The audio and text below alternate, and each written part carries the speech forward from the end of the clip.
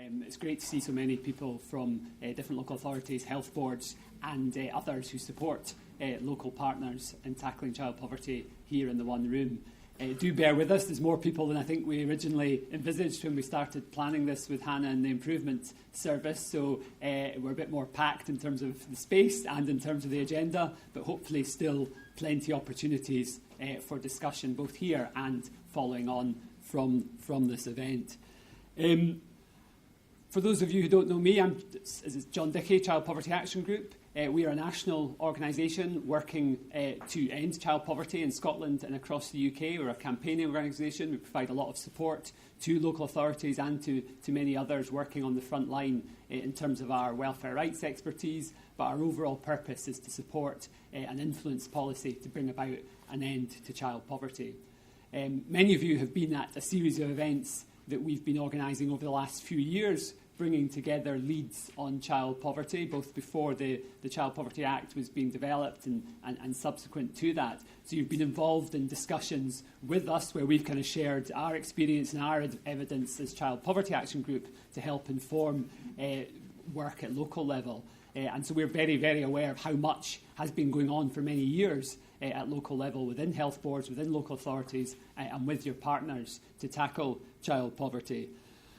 But we're also absolutely delighted that we now have a very clear structure within to work around local child poverty action reports. Very pleased to be working with Improvement Service on this seminar, as I say, and thanks to Hannah for taking the lead in organising this. I was really just going to kick off with a few words, really just to set the context and then just talk about what we at Child Poverty Action Group would like to see from local child poverty action reports and local action on child poverty.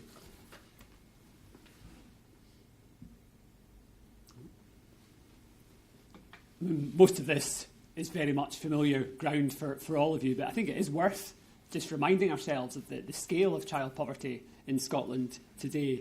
1 in 4 of our children officially recognised as living in poverty, living below a poverty line that in itself is less than 70% of the minimum income that the general public think is needed for a basic quality of life in the UK today. Over 60% of those children, a growing number of them, living in families where parents are working. So this is about in-work as well as out-of-work poverty, as people are well aware. And we know it's something that affects children, families and communities right across Scotland. Yes, there are areas, and many of you are here from those areas, with real concentrations of poverty, but there's no community, no local authority area in Scotland where child poverty isn't a significant problem, as we know from the End Child Poverty, local child poverty statistics that many of you will be familiar with. And we also know this is not just an issue of kind of grinding lack of income week in, week out, year after year. Increasing numbers of families facing very real income crisis and being left with little or no money at all, and perhaps most obviously seen through the numbers of families ending up relying on food banks. So that's the kind of scale of the thing, and it can feel quite an overwhelming scale of a problem and how that plays out for individual children and families. But I think it's also worth reminding ourselves that child poverty is policy sensitive. There's absolutely nothing inevitable about these levels of child poverty in Scotland at local or at national level. We know that progress can be made, and in fact very real progress was made from the mid-1990s to the early 2010s, where we saw child poverty in Scotland drop from over 1 in 3 children to less than 1 in 5 children living in poverty. 170,000 children in poverty in Scotland alone lifted out of poverty over that period. So policy worked, and it worked at UK level, it worked at Scotland national level, but also worked at local level to contribute to the progress that was made over that period.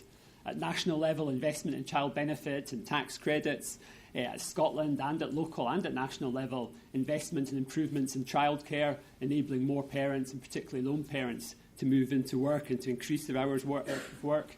Improvements in the employment market, improvements in employability and the support that those furthest away from the employment market could access. Action on income maximisation, again, at national and at local level, ensuring that families were actually getting the additional financial support they were becoming entitled to. And the role of affordable housing in keeping housing costs down and ensuring families still had money to spend on other essentials, all played a really important role in that very, very real progress that reduced the numbers of children in poverty over that period and improved children's well-being. Very clear correlation between reductions in levels of child poverty and measured improvements in children's well-being. So real progress can be made. We can make that progress at national, at Scotland and at local level. So we need to hang on to that and remember that as we're thinking ahead into the future. But of course there are now huge challenges. Councillor Parry already mentioned those, and they're all too apparent to all of you in this room. Primarily the extraordinary cuts to the value of financial support driven by UK social security policy, leading to increases, Scottish Government forecast increases, or commissioned by the Scottish Government forecast of increases of over a third of children living in poverty in Scotland by 2021, and up to 38% of children living in poverty by 2027-28. So quite extraordinary, massive explosion in potential increases in child poverty, unless we all collectively work together to do something quite fundamentally different to ensure that that trajectory doesn't play out in reality in the years ahead.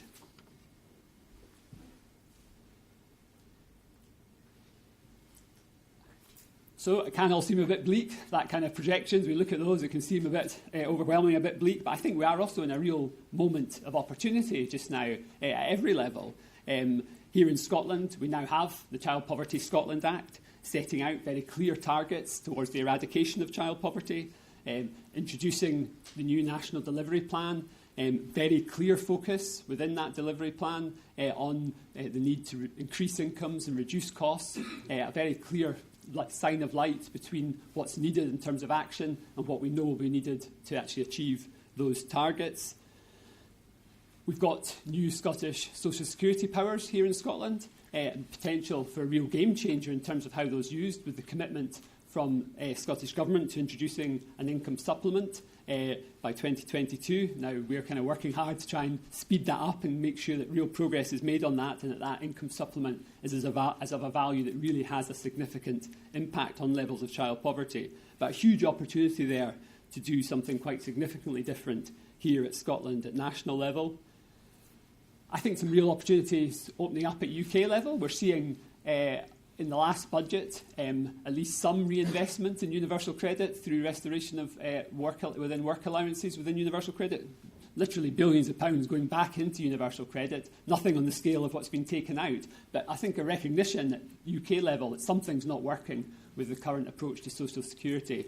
And I think an increasing recognition at national level, UK level, in the media, a whole string of stories in the Times recently, centre-right paper, almost discovering that poverty, the extent of poverty and the impact it was having on children and families across the UK, it feels like something's changing at UK level as well. So I think there are opportunities there to take things forward and to give us some hope for the future.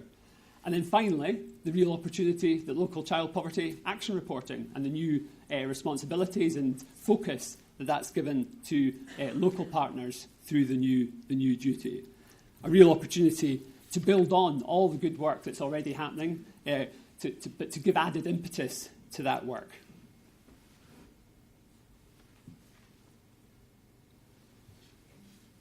So that local report, that local duty that we're here to talk about in more depth today, I mean, we as CPAG were absolutely delighted that the role of local authorities, health boards and their partners was recognised in the legislation, in the Child Poverty Scotland Act. We know how much of a role local partners were already playing in tackling child poverty. Absolutely vital that was recognised. And many of you were involved in informing some of the discussions we had and informing some of the influencing that we did to ensure that there was that local duty, that local acknowledgement, that local recognition of action at local level in terms of tackling child poverty. So we have a statutory duty on local authorities and health boards to jointly prepare and publish a local child poverty action report, including action that's been taken in this year, but also looking forward at what actions need to be taken in the future. I suppose for us, the key thing here is that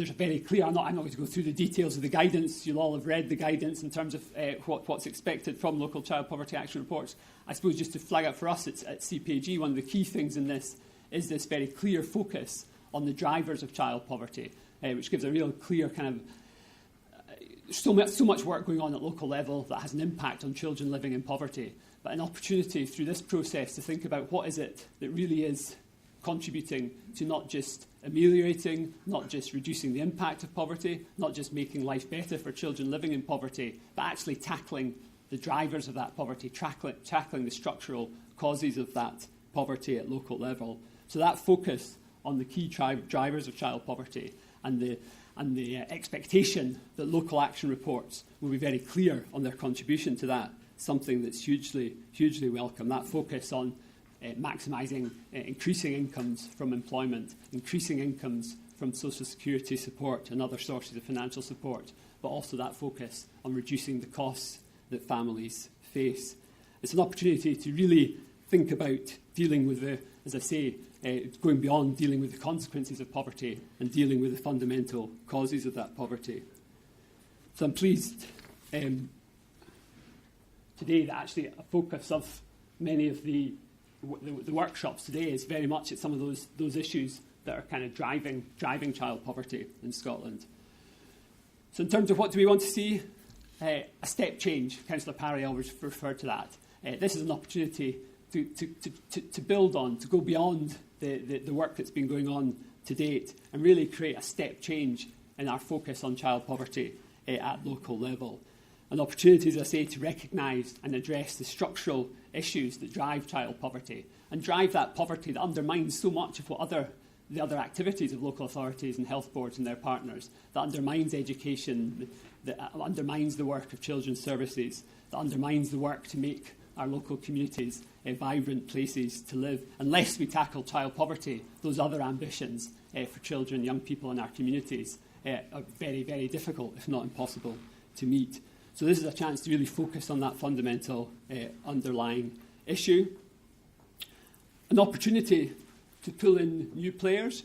I think it's fair to say that to date, a lot of focus around child poverty has quite rightly been around income maximisation, around children's services, and that's reflected, I think, generally in where leads have come from to lead on this agenda, and that's absolutely great. We're the first to be promoting and supporting work on income maximisation, for example. But there's an opportunity here to think beyond that and actually look at where's some of the bigger levers within our local authorities and our local partnerships that actually can impact on the nature of the employment market at local level, the nature of jobs that's available, the way that money is spent at big scale by local authorities and health boards. So an opportunity to bring in partners from economic development, from procurement, from housing and from business support to really start to ensure that child poverty is seen as everybody's business at local level, not just one bit of the local planning network.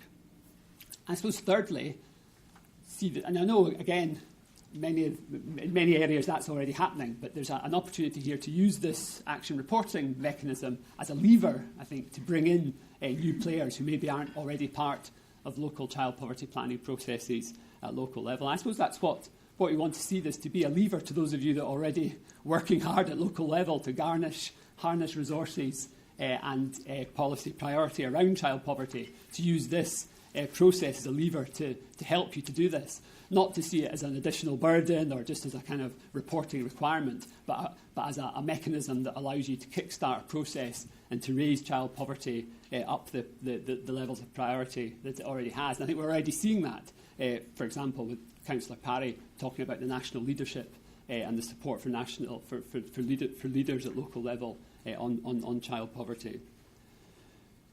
So a lever to support the work that's already gone on and to build it, but also a mechanism to measure progress, both at local level, and again a lot of the focus for later workshops and later sessions today be about how do we help to support measurement of progress at local level, but also an opportunity here for us to understand how in the 32 local authority areas in Scotland, how's that adding up in terms of the overall contribution it's making towards meeting those national ambitions towards eradicating child poverty by 2030, and a real opportunity within the action reporting and the way those are collated and understood to help to understand the progress that has been made at an overall Scotland level. So I suppose I just want to finish on that note. There is a sense of opportunity, a sense of commitment. I get that sense already from speaking to many of you here today already. We look forward as CPAG continuing to work with the Improvement Service, with COSLA, with the other national partners, but most importantly with all of you at local level to do what we can to help you to make that step change that will take us on a different child poverty trajectory than what looks like the forecasts would suggest at the moment. So thank you.